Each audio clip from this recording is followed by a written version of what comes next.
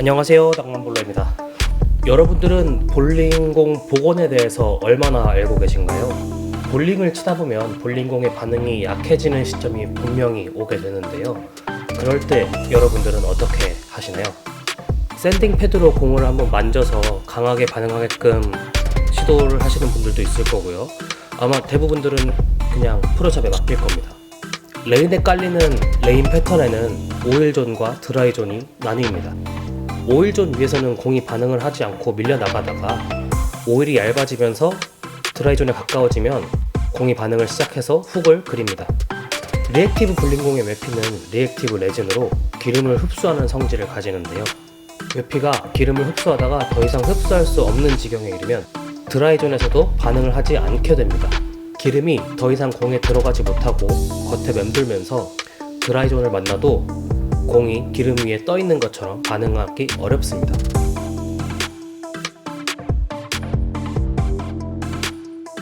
옛날에는 볼링공들이 대부분 투피스로 출시가 되면서 코어 이외의 부분은 전부 다 리액티브 레진이라 그만큼 많은 양의 기름을 흡수할 수 있었습니다만, 요즘은 대부분 3피스로 공을 출시를 해서 예전보다 얇은 리액티브 레진 층으로 더 적은 양의 기름을 흡수합니다. 여러분들이 이해하시기 편하도록 이렇게 간단한 예시를 만들어 봤습니다. 이렇게 투명한 컵에 흙을 담아 왔는데요. 여기 얇은 모래층이 3피스 볼링공의 외피층이라고 생각하시면 되고요.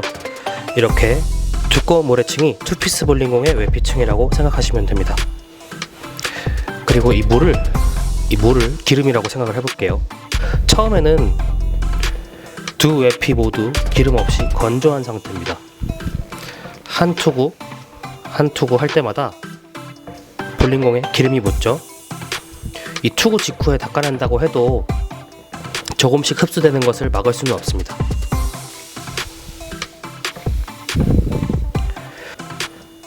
외피가 기름을 조금씩 흡수하다가 외피 입자 사이에 기름이 가득 차서 공간이 부족해지면 이렇게 기름이 겉에 계속 남아있게 됩니다. 이렇게 기름이 가득 찬 상태라면 외피를 360방으로 샌딩을 한다고 해도 그 효과가 강하지 않겠죠? 하드볼에 샌딩을 했다고 생각을 하시면 됩니다. 지금 제가 예시로 만들어드린 이 두 모델이 지금 3피스의 얇은 외피 상태를 가정하고 이렇게 물을 뿌렸을 때는 이렇게 지금 흙 위로 물이 이렇게 올라와 있어요. 이 물을 지금 제가 만약에 이 기름이라고 가정했으니까 이 기름을 만약에 가죽 볼타올이나 이런 걸로 다 닦아냈어요.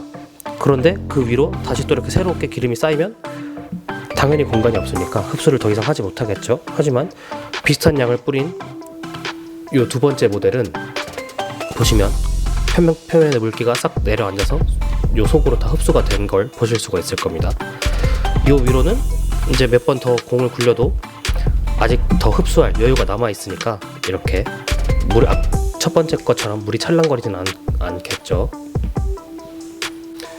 이러면 무조건 2피스가 좋고 유리한 것이 아니냐라고 생각하실 수가 있습니다. 이 3피스가 본격적으로 유행을 하게 된 게 제작 단가의 이유가 있을 수도 있지만요. 이 3피스로 이너쉘을 사용을 함으로써 이 코어 형태의 제약이 좀 줄어들어서 그만큼 코어가 발전을 하게 됐다는 이야기도 있습니다. 이 2피스니 3피스니 어려운 이야기를 왜 했냐면 이 모든 볼링공은 USB-C에서 정한 기름 흡수 시간을 충족을 해야 공이 나는데요. 볼링공이 오일을 잘 흡수할수록 레인 위에서 움직이는 양은 많아집니다. 이 최근에 스톰사에서 레벨이라는 공에 RPM 커버 스탁을 이용을 했죠. 이 RPM 커버 스탁의 설명을 읽어보시면 레인 위에서의 오일 흡수율을 높여서 오일 위에서의 움직임을 강화했다고 설명을 합니다. 오일 흡수율을 높이면 그만큼 잦은 복원을 요구하게 됩니다. 똑같이 오일을 많이 흡수하는 볼링공 두 개가 하나는 2피스고 하나는 3피스라면 당연히 3피스 공을 더 자주 복원을 해야겠죠. 오일존에서부터 부드럽고 일정하게 반응해주는 공은 환영이지만 적은 개수의 공으로 볼링을 치는 일반 볼러들이라면 잦은 복원이 필요해지는 상황이 썩 반갑지만은 않을 것입니다.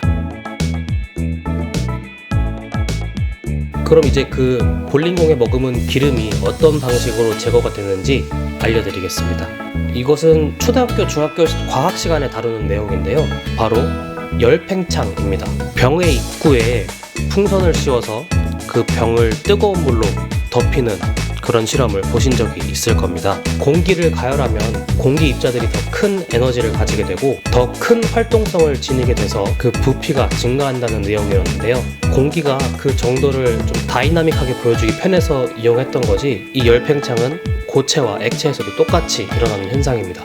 여기 보시면 기름을 어느 정도 머금은 볼링공이 있습니다. 이 볼링공을 가열을 하게 되면 볼링공도 팽창하고 이 속에 들어있는 기름들도 팽창을 하게 되겠죠. 같은 온도 변화가 생길 때 일반적으로 액체의 열 팽창률이 고체의 열 팽창률보다 10배 정도 크다고 알려져 있습니다. 이렇게 가열을 하면은 이 안에 들어있던 기름이, 액체가 밖으로 뿜어져서 밑으로 흘러내리겠죠. 속에 있던 기름들을 밀어내고 공을 식혀주면 공에서 흘러나온 기름만큼 외피 입자 사이에 여유 공간이 생겨나게 됩니다. 이런 방식으로 기름을 제거하고 나면 다시 예전처럼 강력하게 움직이는 공의 모습을 보여줄 것입니다. 복원에는 기름 제거만 있는 것은 아니지만 기름 제거가 좀 핵심 메인인 부분이라서 이렇게 좀 길게 설명을 해봤습니다. 그럼 볼링공의 복원은 어떤 식으로 이루어질까요? 이 습식을 이용하시는 분들도 있고 건식을 이용하시는 분들도 있지만 제가 사용하는 건식을 위주로 설명을 해드리겠습니다.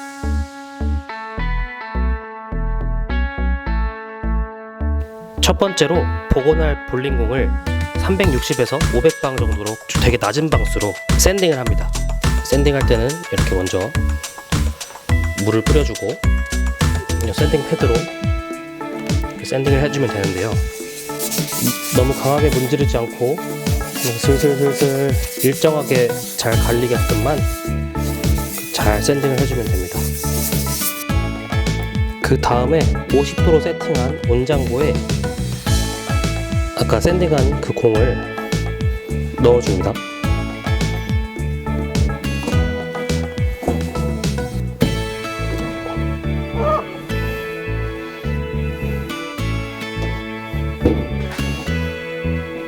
이 레디컬의 아버지이신 모 핀넬 선생님께서는 이렇게 말씀하셨습니다. Go under 130. 화씨 130도 미만으로 세팅을 하라는 말인데요. 이 화씨 130도는 섭씨로 환산하면 54.4도 정도 되는 온도인데요. 조금 더 조심을 해서 50도 정도로만 세팅을 하고 기름을 빼보도록 하겠습니다. 중간중간 꺼내서 밀려나온 기름들을 닦아내고 다시 넣고를 반복해 주셔도 되고 아니면 그냥 진득하게 기다리셔도 됩니다. 더 이상 기름이 나오지 않으면 충분히 식을 때까지 상온에서 기다려줍니다. 그 다음 원하는 방수로 샌딩 폴리싱해서 마감을 마무리합니다. 이런 일련의 과정들 가격은 얼마나 할까요? 뭐 샵에 따라서 다르겠지만 15,000원에서 20,000원 정도 받는 게 평균으로 알고 있습니다. 이 복원 비용이요 너무 비싸요. 이 복원이라는 과정이 3피스 볼링공 기준으로 제 생각엔 한 50게임에 한 번 정도씩 필요한 것 같은데, 물론 뭐 볼러의 습관이나 아니면 볼링공 각각 볼링공의 특성마다 좀 다르겠지만 저는 아무튼 50게임 정도로 느낍니다. 연습량이 많은 게임수 많은 볼러들이 그때마다 저 돈을 지불하기엔 솔직히 좀 높은 가격이라고 생각을 합니다. 그래서 여러분들에게 셀프로 복원하는 방법을 알려드리겠습니다. 우선 샌딩에 필요한 샌딩 패드 같은 경우는 이런 거 전에도 제가 직전 영상에서 다뤄드린 적이 있었죠. 소개를 해드렸던 것처럼 테무에서 구매를 해서 이용을 하시면 되겠습니다. 18장에 13,000원입니다. 뭐 여러가지 방수가 한 세트로 들어간 옵션을 선택을 하시면 한 번의 구매로 다양한 방수의 샌딩 패드를 이용하실 수가 있을 겁니다.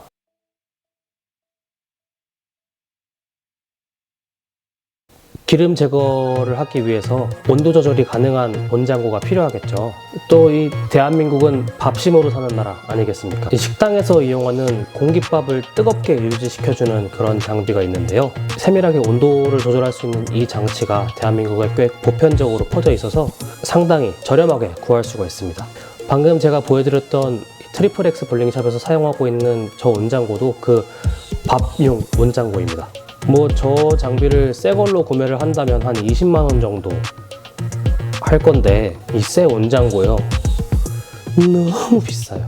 우리가 저 온장고가 먹을 거를 데피는데 필요한 것도 아니고 볼링공 기름 뺄 때 쓰는 건데 뭐 위생 상태나 이런 건 사실 크게 필요가 없겠죠. 또 이럴 때 너무 감사한 플랫폼들이 있습니다. 뭐 당근마켓, 번개장터 등등 중고거래 플랫폼을 이용하시면 되는데요. 여기서 온장고를 검색해서 찾아보시면 다양한 제품군들이 올라오는데 뭐 우선적으로 고려를 해야 될 것이 있습니다. 집에서 셀프로 하시려면 방금 제가 보여드렸던 것처럼 샵에서 하는 것처럼 2개씩 뺄 필요는 없겠죠. 볼링공의 지름은 21.5cm니까 가로 세로 높이 21.5보다 큰 온장고를 찾으시면 되겠습니다. 가로 세로 높이 25, 25, 25 이상의 물건을 찾으시면 될 것 같아요. 그리고 또 하나는 온도 조절기가 멀쩡히 작동하는 것을 찾아야 되고요. 이 2가지 조건이 자세하게 적혀 있지 않다 그러면 뭐 채팅이나 이런 걸로 판매자에게 문의를 하셔서 필요한 정보를 알아가시면 되겠습니다. 제가 아까 설명드렸던 이런 조건들에 부합하는 제품의 가격이 대충 한 3만원에서 7만원 정도 사이로 분포하고 있다는 것을 알 수가 있습니다. 뭐 이 중에서 적당히 마음에 드는 것으로 구매를 하시면 되겠습니다. 밥,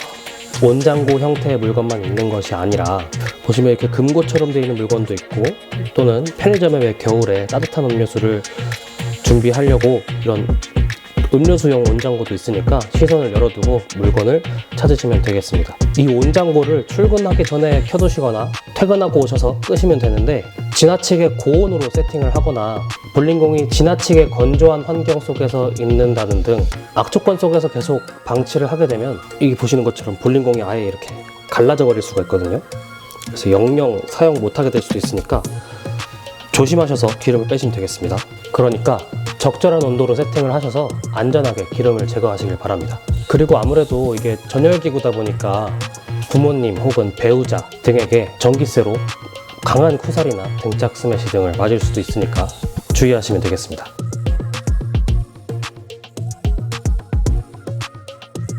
뭐 이렇게까지만 해서 하면은 사실 샌딩 마감 상태까지는 내가 원하는 대로 이렇게 마칠 수가 있는데요. 폴리싱 하고 싶은 볼은 폴리싱까지 해야 끝나는 거잖아요. 뭐 샌딩까지는 물 살짝 뿌려서 살살 문지르면 끝나는 문제인데 폴리싱은 이 컴파운드를 바르고 그 표면에 충분히 마찰열이 발생할 때까지 문질러 줘야 되는 작업이거든요. 이 과정을 손으로 하기에는 좀 무리가 있습니다. 그래서 기계를 사용을 하셔야 되는데 저는 차량 왁스도프용으로 구매한 이 기계를 사용 중이거든요.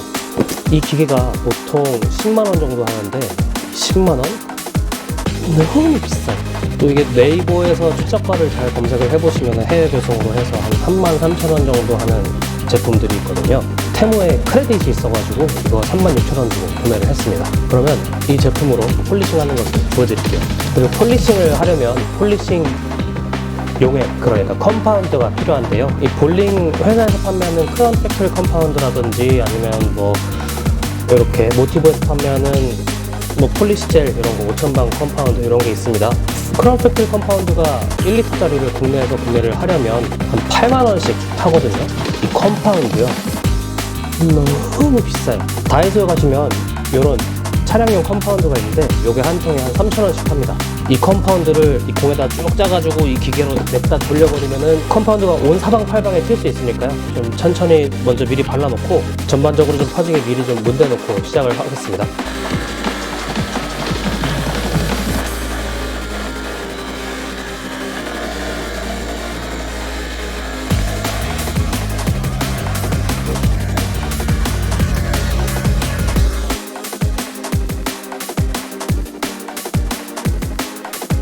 이렇게 천천히 충분히 광택을 날 만큼 충분히 돌려주고요. 마무리로 볼 클리너, 볼 티슈 같은 걸로 이렇게 잘 닦아서 마무리를 하면 되겠습니다.